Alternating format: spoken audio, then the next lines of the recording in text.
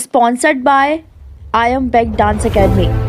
Associated with Rankers Hospital Kandhala. Presented by Rankers News. नमस्कार दर्शकों, आप देख रहे हैं रैंकर्स न्यूज और मैं हूं आपके साथ मुन्ना ठाकुर।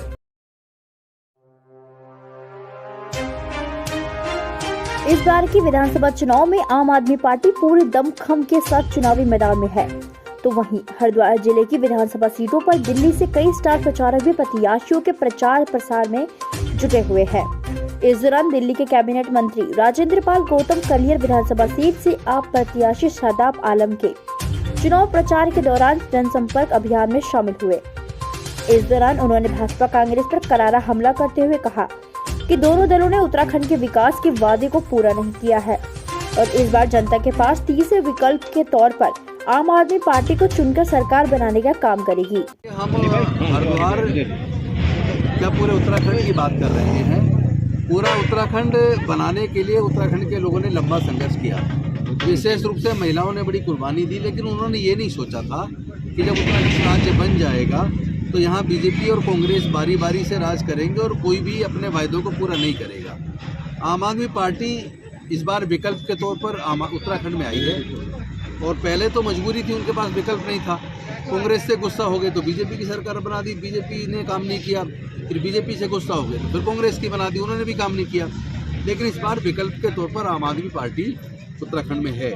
हम अगर कह रहे हैं कि 300 यूनिट बिजली फ्री देंगे तो हम ऑलरेडी दिल्ली के अंदर 200 यूनिट बिजली फ्री दे रहे हैं और दिल्ली के अंदर उत्तराखंड के लगभग हर गांव के लोग रहते हैं, इसलिए वो भरोसा कर सकते हैं कि अरविंद केजरीवाल जो बोलते हैं, आम आदमी पार्टी जो बोलती है, वो अपने चुनावी वायदों को पूरा जरूर करते हैं। अगर हम कह रहे हैं तो युवा बच्चे डॉक्टर बनना चाहते हैं, इंजीनियर बनना चाहते हैं, जज बनना चाहते हैं, IAS IPS बनना चाहते हैं, बैंकिंग रेलवेज में जाना चाहते हैं, तो उनको दिल्ली के अंदर जयपुर मुख्यमंत्री प्रतिभा विकास योजना के अंदर कोचिंग दी जा रही है, क्योंकि बिना कोचिंग के आजकल बच्चे सफल नहीं हो पाते। एग्जाम ही ऐसे डिजाइन हो रहा है, तो उस कोचिंग का खर्चा लाखों रुपये, तो 90-95% लोग तो ऐसे हैं जो लाखों रुपए का कोचिंग का खर्चा नहीं उठा सकते।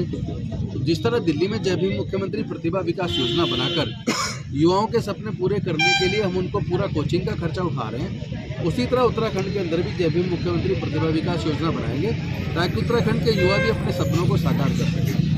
बुजुर्गों को तीर्थ यात्रा कराएंगे, महिलाओं को सशक्तिकरण के लिए 1000 रुपये महीना देंगे, 24 घंटे 7 दिन बिना कट के बिजली देंगे और जो बेरोजगार युवा हैं उनको भत्ता देंगे और साथ में 6 महीने के अंदर 1 लाख रोजगार देंगे। तो हम जो भी वादे पूरे हम लोग बोल रहे हैं, हम उन वायदों को निश्चित तौर पर पूरा करेंगे। उत्तराखंड तो बिजली बनाता है, दिल्ली बिजली नहीं बनाता है। हम उत्तराखंड से बिजली खरीदते हैं और उसके बाद दिल्ली में 200 यूनिट बिजली फ्री देते हैं और 200 से ऊपर भी बहुत सस्ती देते हैं। अगर हम उत्तराखंड से बिजली खरीद के दिल्ली में 200 यूनिट फ्री दे सकते हैं और इतनी सस्ती बिजली दे सकते हैं, तो फिर उत्तराखंड क्यों नहीं दे सकता। हम लोगों ने टोटल बजट का लगभग 25% खर्च करके दिल्ली के सरकारी स्कूलों को आज इस लायक बना दिया कि 2.5 लाख बच्चे प्राइवेट स्कूलों से नाम कटाकर सरकारी स्कूलों में आए हैं। तो इसका मतलब हम कर सकते हैं, नीयत चाहिए करने की। बहुत से लोग पूछ रहे हैं कि यहाँ का तो भौगोलिक परिस्थिति अलग है, बजट कहाँ से आएगा। इसी तरह जब दिल्ली में हमारी सरकार बनी उस वक्त 30,000 करोड़ बजट था। लोग उस वक्त वहाँ भी हमसे पूछ रहे थे कि बजट कहाँ से आएगा, आप जो चीज़ देने का वायदा कर रहे हैं कहाँ से पूरा करेंगे। देखिए, हमने अपने सारे वायदे भी पूरे किए और 30,000 करोड़ के बजट को समर्थन है। आप खुद देख सकते हैं, अगर पीरान कलियर विधानसभा में आप किसी भी गांव में जाएंगे तो आज युवाओं की एक ही आवाज़ है कि आम आदमी पार्टी की सरकार आनी चाहिए और शादाब आलम आना चाहिए। तो ये बहुत बड़ी बात है और कहीं ना कहीं हमने एक बेइंतहा जगह बनाई है लोगों के दिल में, क्योंकि युवा हमारे साथ हैं, महिलाएं हमारे साथ हैं, बुजुर्गों का आशीर्वाद हमारे साथ है।